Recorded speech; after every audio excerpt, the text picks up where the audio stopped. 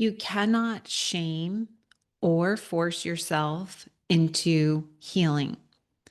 Most of us learned to criticize ourselves long before we learned how to comfort ourselves. And if I'm honest, many of us still don't know how to comfort ourselves.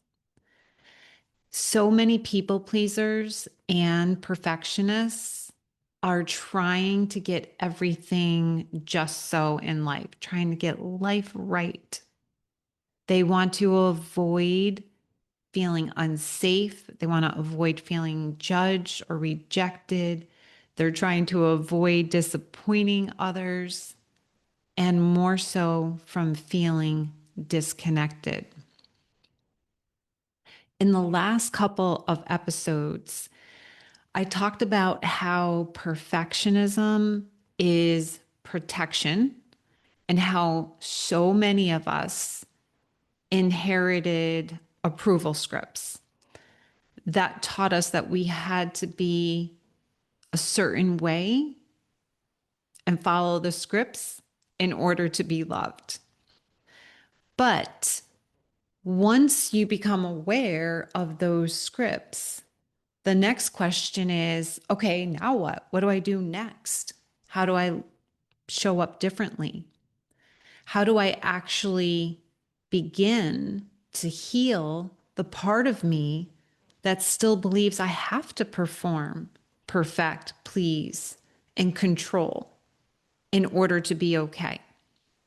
And this is where reparenting begins. Hey, and welcome to Masks Off, Inner Freedom for People Pleasers and Perfectionists. This is a podcast for those who are tired of holding it all together. I'm Kim Gross, your host, and if you've ever felt like you're doing all the right things, but still feel anxious, disconnected, or quietly burned out, you're in the right place. Here we talk about the patterns you don't even realize you're living inside of: self-abandonment, over-functioning, chasing approval, and mistaking productivity for your worth. This isn't about fixing yourself. It's about remembering who you were before you learned to perform, perfect, and please to belong. Each week, we'll slow things down. We'll unpack the nervous system, the inner critic, and the subtle ways that you learned to disconnect from your true self so you can stop living from pressure and start living from presence. This is your space to take the masks off. So let's begin.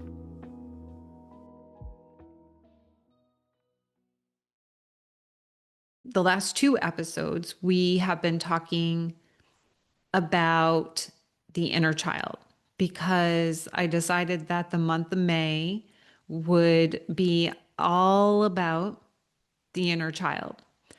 In the first episode of this month, we talked about how perfectionism is really just a way of protecting, and it's not a personality trait. We think it's just who we are or how we always were, but it is more about protection. Then last week, we talked about the approval scripts that many of us inherited in childhood, the rules that taught us how to be loved, how to be accepted, or how to feel safe. This week, we're going to go deeper into what your inner child actually needs from you now. So, I'm going to talk about reparenting in simple terms so that it feels like something that will be accessible to you.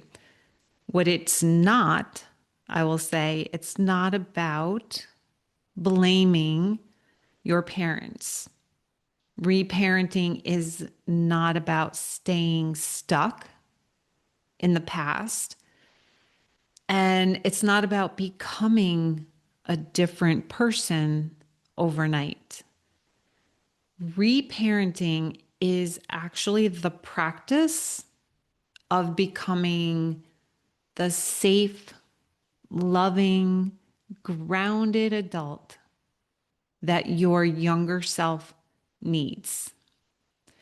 Reparenting means learning how to respond to yourself with love and patience, protection, boundaries, compassion, and guidance that you most likely didn't receive when you were younger.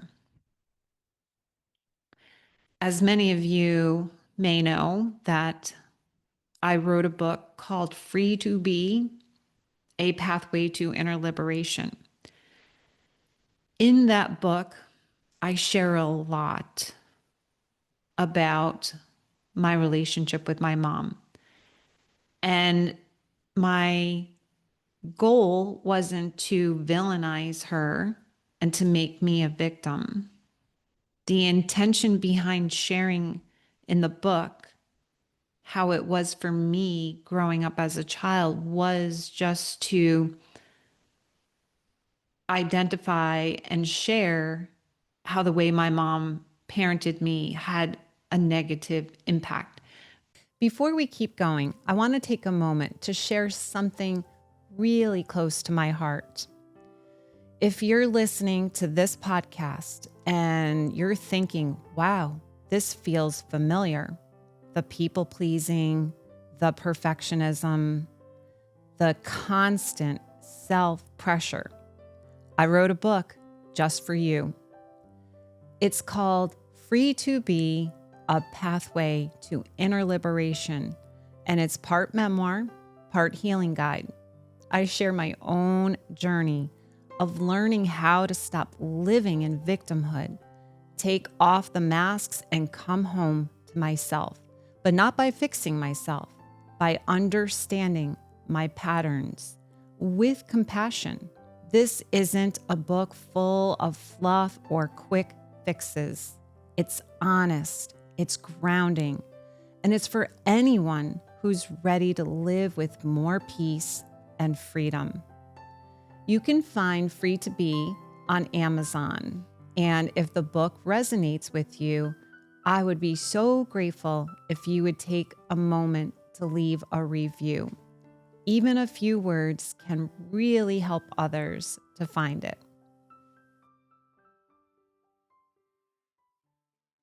I was not loved in the way that I needed to be loved.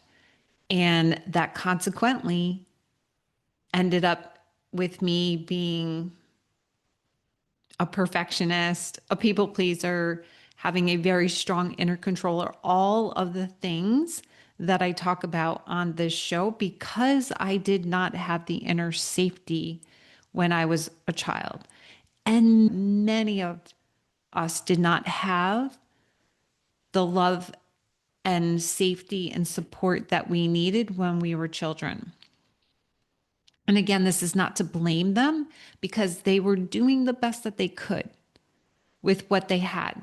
And most likely your parents also did not have the love and support and nourishment that they needed as children. And so even though they were doing the best that they could, and it's not about blaming them, at the end of the day, there were still parts of me and probably of you that felt unseen, unsafe, not heard, and emotionally alone. So the key point here is that reparenting our inner child is not about living in the past. It's not about going back to the past and staying there. It is about healing the past so that it stops controlling and running your present. I'm sure that many of you are so used to being super hard on yourselves. And I'm sure that many of you, like me, know how to push through something, how to overfunction, how to take care of others, read the room, avoid conflict, apologize quickly, perform for approval, criticize yourself before anyone else can. But what you may not know how to do is to comfort yourself, trust yourself, protect your inner peace, set limits, listen to your needs, allow yourself to be imperfect, and feel emotions without judging them. For people pleasers and perfectionists, reparenting can feel unfamiliar. It can be awkward because we were conditioned and we were trained to abandon ourselves in order to stay connected to others. And Gabor Mate talks about this as being trauma. This is little t trauma. And then what about the inner controller? What does the inner controller do? The inner controller will most likely want to resist reparenting. Why is this? Because the inner controller believes that being soft, being gentle, being compassionate is dangerous. Now, why would the inner controller think that being compassionate, gentle, or tender is dangerous? Because most likely it believes that if you stop or the inner controller stops pushing, everything is going to fall apart. If you stop micromanaging the shit out of your life, then everything's going to fall apart. And if you stop trying to manage everybody's feelings or behaviors, then you might be rejected. God forbid if we are rejected or abandoned. It believes that if it lets you feel that you might not be able to handle what comes to the surface. But the reality is this: reparenting does not make you weak. It just makes you emotionally safe, safe enough to stop living in survival mode. What I want to offer today is a three-part framework for how to reparent your inner child. And the three parts are safety, soothing, and structure. So when I think about reparenting, especially for the inner child of a people pleaser and perfectionist, I think about three things that she needs the most. And those are safety, soothing, and structure. Most of us attack ourselves for having feelings. Most of us will judge ourselves for needing to rest. We might even go to the point of shaming ourselves for making mistakes. Some of us will even call ourselves being too dramatic, too needy, too sensitive, too lazy, too selfish, too broken, and on and on and on. One of my first questions in reparenting is to say, am I safe with myself? When I mess up, do I attack myself? When I feel sad, do I judge myself? If I have a need, do I shame myself for needing too much? Our inner child needs to know that you will not abandon yourself when you're scared, that you will not shame yourself when you are hurting, that you will not punish yourself for being human, and you will not make your feelings wrong or bad.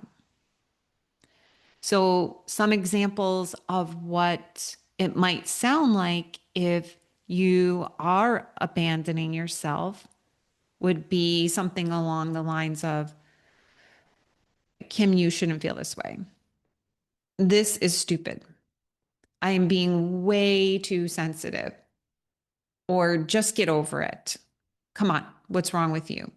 Other people have it way worse than you do. Or what is wrong with me? Why can't I just be normal? You may also be saying things like, I should be much further along than I am by now. I'm way behind the curve. And in contrast to this, that's what it sounds like when you're self abandoning. But what would it sound like with language that you would use when you're reparenting? It would sound something like this. Of course, this feels hard for you. Of course, this is tender.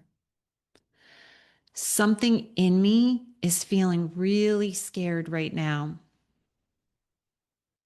This reaction makes sense based on what I have been through. It makes complete and total sense.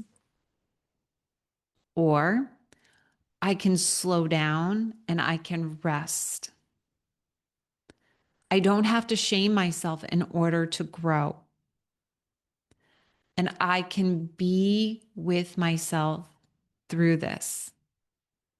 So the key here is that safety begins when you stop making your inner experience the enemy. Safety begins when you stop making yourself wrong for how you feel, how you show up in the world, and for who and how you are. To give you an example of how this showed up for me just today, my inner controller wanted to manage everything and wanted to keep me from actually experiencing what I was truly experiencing. We have a kitchen renovation going on right now in our home in Florida. And we just got back from being in New York for my daughter's graduation. Well, they got a lot of work done during the week that we were gone. The house is really still ripped apart. It's chaos.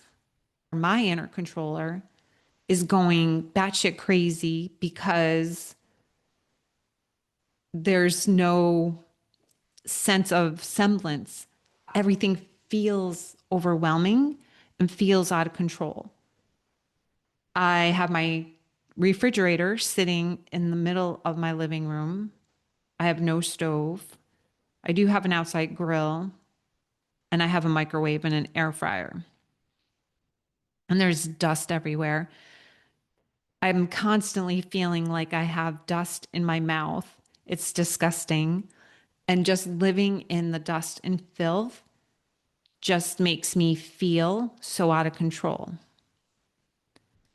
And this morning I was feeling super overwhelmed by it all. And I could feel myself being irritable and feeling like everything was just unmanageable, just overwhelmed. And the inner controller part of me was saying things like, this is life. You chose this. You chose to be a part of this project. So basically, just suck it up and deal with it, Kim. You were the one who take responsibility. You said yes to wanting to have this done, and you chose to be here for part of it. And I noticed that I wasn't feeling any calmer by that or feeling any kind of relief from it. If anything, I was starting to feel more pressure because I was being wrong for what I truly felt, which was this is too much. So then finally, I was able to practice what I preach. And I was actually driving in the car while all these thoughts were coming up. And at that moment, I said to myself, need to breathe. I put one hand on my heart while the other hand continued to stay on the steering wheel. And what I was able to do for myself in that moment was to take a pause, take a deep breath. And then I was able to really comfort my inner child. And I was able to tell her, like, it's okay. You know what? This is freaking hard. It's an inconvenience. It's hard. It's overwhelming. The amount of things that are going on in the house right now and just in life in general is hard. And then I was able to go even a layer deeper. And I was able to recognize and acknowledge for myself that, you know what? I am a sensitive person and things bother me more easily than they might bother, say, my husband. Things do bother me. Things like this bother me and they're hard for me. And that's okay. And I kept repeating, it's okay that you're sensitive. It's okay that you have these feelings. And as I continued to do that, and I only needed to do it for a few moments, I could feel my whole body just soften and I could feel my body relax. And then I noticed that as the day continued to go on, I was no longer feeling as overwhelmed. I was no longer feeling irritable and feeling like I was upset with the world because I acknowledged what I was feeling. I allowed my inner child to be seen, to be heard, and to be felt. The negative emotions that I was carrying dissipated. And while it is still overwhelming, the project is still a lot and it does still suck that I'm living through all this construction. I'm not as wound up about it. My inner controller isn't going bonkers as much as she was. And if I had continued to shame my inner child, it would only have felt so much worse for me. The pressure would have built up so much more. And so there have been so many times when I thought that I was reacting to what was currently happening, present moment, but in truth, it was really a younger part of me that was afraid of feeling judged or disappointing someone or even just not being enough. And instead of saying, Kim, like, what is wrong with you? I learned to say, something inside of me isn't feeling okay. And what do I need? Once we start to create that sense of safety, the next part of reparenting is soothing. And soothing is not the same thing as just numbing out. Soothing is not about scrolling on your phone in order to just disconnect. It's not about eating to avoid your feelings. It's not about shopping to distract yourself or overworking or trying to fix everyone else. Soothing is how we learn to be present with our emotional experience in a loving way. And so many of us were taught to either suppress our emotions or to solve them immediately. But sometimes your inner child does not need to fix the feeling. She just needs you to sit with her in it. And that is what I did today with myself in the car. And it is something that honestly I regret not being able to do all the time for my own kids when they were little, because I would miss the mark and not really attune to what they were needing in the moment. And I would go to the place of trying to fix what they were feeling instead of just sitting with what they were feeling. I wish that I had at the time been able to say something more soothing to them or even to my own inner child. And you could say to your inner child, I'm here. You're not alone. This feeling is allowed to be here. Let's just take a deep breath and breathe through this.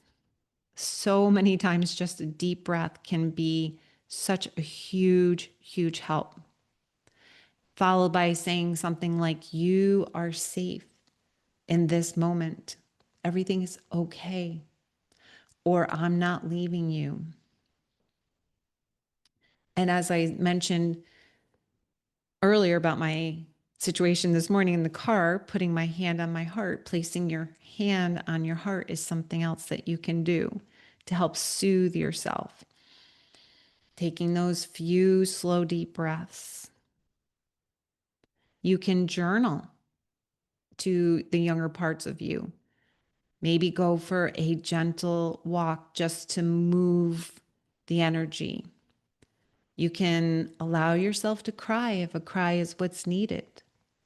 You can sit quietly instead of reacting.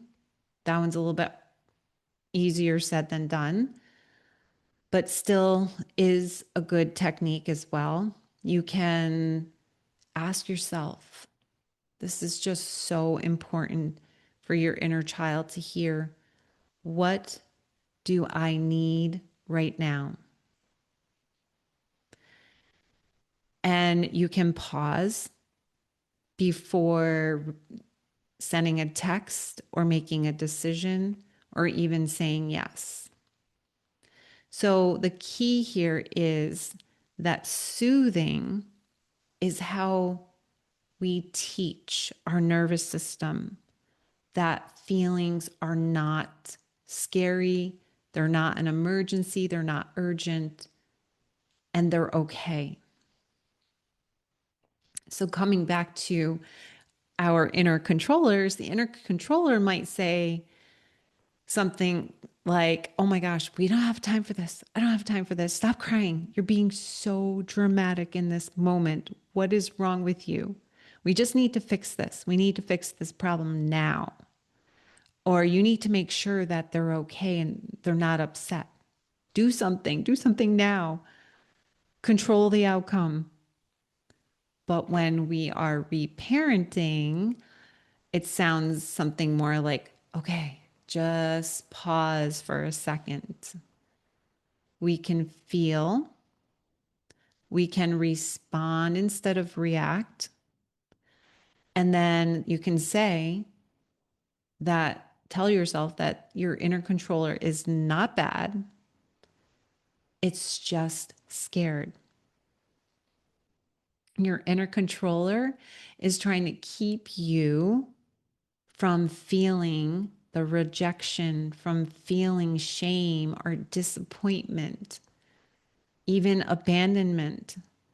But when your inner controller is actually like running your life, it does not give you inner peace at all. That I can promise you. It creates pressure. Again, just as I explained to you about my situation this morning in the car, had I not given myself the opportunity to just be with my inner child, I would just create more pressure and not have inner peace. You don't have to attack your inner controller or nix her, get rid of her. You can actually just thank her. Thank her for being there for you, for trying to protect you, And you can just let her know that the adult you is here now. The third part of the framework is structure, because reparenting isn't just about allowing yourself to go haywire willy nilly and do whatever. Your inner child not only needs comfort, but she needs structure. She needs loving leadership. And sometimes we think that healing ourselves or doing inner work means that we can just completely let go of ourselves and do whatever the heck we want, whenever we want, because we're so tired of being controlled. So we swing the pendulum the other way. But when you have healthy reparenting, it's about finding the middle ground. And part of that middle ground is having structure, but not harsh structure. Like you don't want very rigid boundaries, and you don't want perfectionistic structure where you're being so perfect, trying to get yourself to be perfect. You want loving structure. And when you have that kind of structure, that loving, gentle type of structure, that creates safety, the safety that your inner child so needs. And so examples of the structure would be things like boundaries, having routines. Like I love having routines.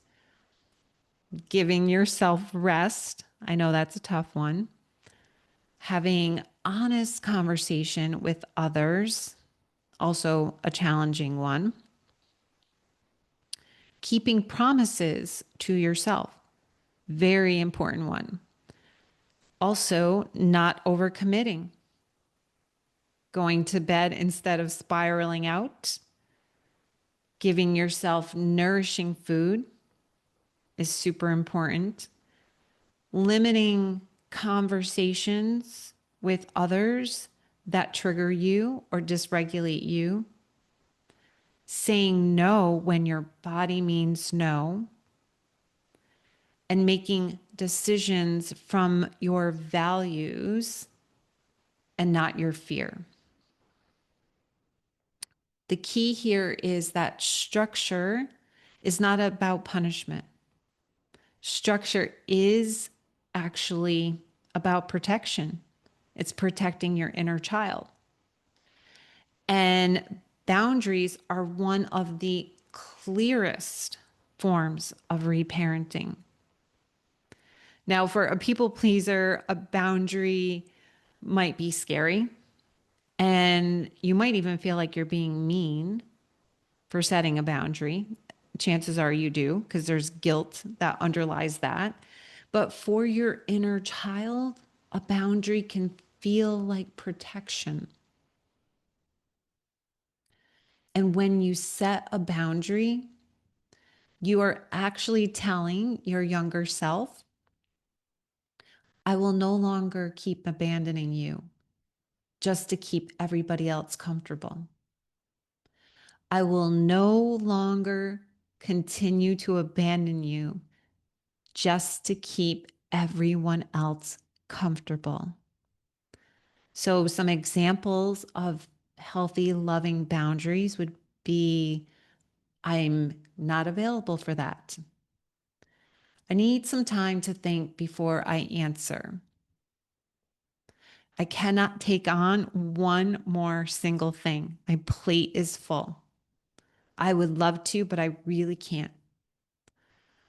I'm going to pause this conversation because I'm feeling triggered and I need to take care of myself, and then I'll come back. I understand that you're disappointed by what I'm saying, but my answer is still no. Going back to last week's episode, we talked about approval scripts. And if you are a person where one of your scripts is do not upset anyone, don't rock the boat, make sure everybody is happy, happy, happy, then reparenting might look like allowing someone to be upset and reminding yourself that their discomfort does not mean that you have done anything wrong. This whole episode that I am doing today is about helping you to realize and to start reminding yourself and stop making yourself wrong or bad. That you are not wrong, you are not bad. And just to emphasize that reparenting is not something that has to be dramatic. It can happen in small, tiny, micro shifts. So, some examples could be that you actually do pause before you say yes to decide, is this truly a yes for me? You may decide, you know what, I'm going to rest just because I want to rest and I don't have to earn it. And if you make a mistake on something, that you speak kindly to yourself. Instead of saying to yourself, you're such an idiot, what'd you do that for? You end up speaking more kindly to yourself. You tend to notice when that younger part of you is feeling scared. And then you know, okay, this is an opportunity for me to create some safety for this younger part of me. You actually do set a boundary, even though you know that the boundary is going to disappoint another, especially if that person is someone who is very close to you.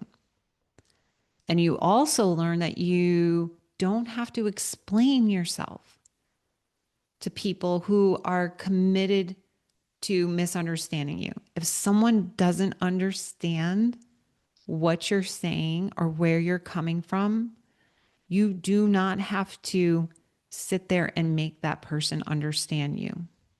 You just don't have to. And you can choose not to abandon yourself in order to get approval. You may also ask yourself what you need first before rushing in to meet everyone else's needs. Before you agree to run around like a chicken with its head cut off,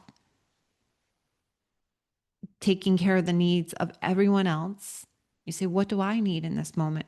Is my cup full? Do I have the bandwidth to do these things for other people? If you do, then great. Go ahead and do them. But if you don't, if your cup is empty, if you're running on fumes, then you can ask yourself, what do you need first? And then every time that you choose not to abandon yourself, you are reparenting. That is what reparenting is about. So here's a simple exercise that you can use to help yourself when you're feeling triggered, if you're feeling overwhelmed, anxious, guilty, responsible for someone else's emotions. You can pause, ask yourself, one, what is my inner child feeling right now? Is she scared? Is she lonely? Is she rejected? Is she afraid of disappointing another? And then what is my inner controller trying to do? Is she trying to fix? Is she trying to please? Is she trying to perfect? Is she trying to over-explain, overthink, or control the outcome? And then three, what does my adult self, my adult me know to be true in this moment? Am I safe right now? I can disappoint someone and I can still be good. I can set a boundary and I can feel something negative without overreacting. You can ask yourself, what does your inner child need from you right now? Does she need safety? Does she need to be loved, need to be held? Does she need rest? Does she need more structure? Does she need reassurance from you? Does she need a boundary? What is one loving adult action that you can take? Is it just a pause? Breathe. Is it about saying no?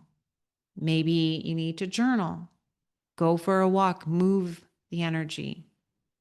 Is it about speaking kindly? Is it like just acknowledging, yeah, that's tough. That's hard. I get that you're feeling overwhelmed. And you don't have to do all of this perfectly. Trust me when I tell you that I have been doing it a long time. I still don't do it perfectly, nor did I ever do it perfectly. In fact, if anything, this is about cultivating a practice. It's a practice of doing the inner work and the healing work and not needing to do it perfectly. So I want to just clarify some misconceptions about reparenting and to say what reparenting is not. And I mentioned this in the beginning of the episode, but it's worth repeating and saying it again, that reparenting your inner child is not an opportunity to blame your parents and hold them accountable forever. Because at the end of the day, we are all now grown ass adults and it's our job to take responsibility. Reparenting is not about excusing harmful behavior from others. It doesn't mean that you have to allow others to treat you unfairly or be abusive. Reparenting is not about becoming self-indulgent. This doesn't mean you give yourself the green light to eat whatever the heck you want to, smoke weed, drink, watch Netflix all day, every day. It's not about self-indulgent behavior. Reparenting is not about never feeling triggered again. You will feel triggered again. I can promise you that. That is just a part of life. Like I said, I was triggered just this morning, and I have been doing this inner healing work for a long time. Reparenting doesn't mean that you're going to always feel calm. It doesn't mean that you're going to do all of this perfectly. You're going to mess up. Your patterns are going to come up and you're going to repeat old patterns. That's just a given. But what you will begin to do is notice the patterns more quickly, and then you're going to be able to choose to respond differently. Reparenting is not about forcing yourself to forgive someone before you're ready to forgive. That's an important one to note. And reparenting is not about pretending that your past didn't hurt, that your past wasn't harmful, and that it didn't have an impact on you. What reparenting is about is learning how to stay with yourself, giving yourself what you needed as a child, you give it to yourself now. When you didn't feel protected as a child, you are now learning how to protect yourself. Reparenting is learning how to respond instead of reacting. It's about becoming emotionally safe inside of your own body. And that is such an amazing feeling to have. It gives you so much freedom, so much peace when you start to feel emotionally safe inside your own body. And then finally, reparenting is about allowing your adult self to lead your life. So reparenting is not about becoming somebody new. You're not becoming a whole new person. It's about becoming someone that is safe for the parts of you that never felt safe and the parts of you that just survived.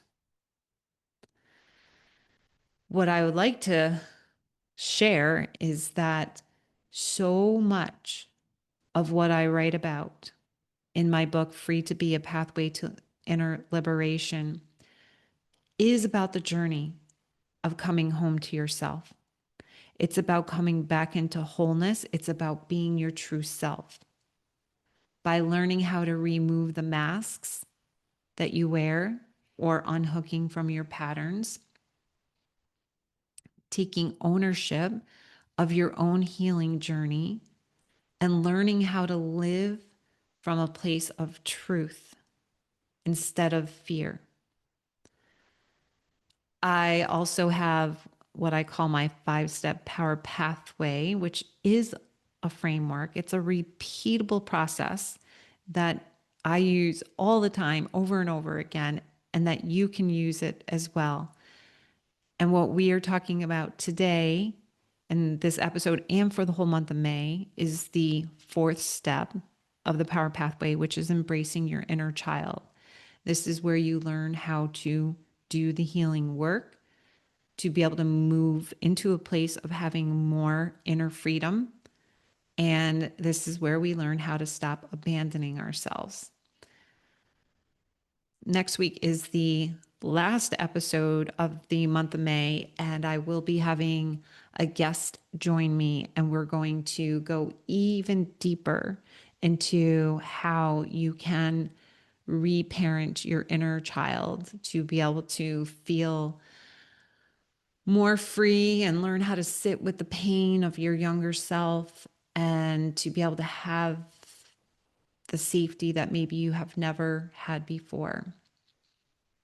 And then I just want to close by saying that you don't have to become this person who heals perfectly and you get it right all the time. You begin in very small micro shifts, in that little moment that you pause, or the moment that you listen to your inner child, the moment that you stop shaming yourself, the moment that you choose not to abandon yourself for approval, the moment that you say to your inner child, I am here now. I am here with you. I'm never leaving you. Your inner child does not need you to be perfect. What she really wants more than anything is for you to be present with her. She needs you to be safe for her. And she needs you to stop leaving her every time someone else is uncomfortable. So I invite you this week to take a moment and notice where or when you are tempted to abandon yourself for approval. And then you can pause and just ask yourself, what does this younger part of me need right now? Is it safety, soothing, or maybe some structure? And if this episode speaks to you, you can share it with someone who is learning to also to stop shaming themselves and who might be ready to start coming home to themselves. As we wrap up today's episode, I just want to say thank you for being here and for taking this time for yourself.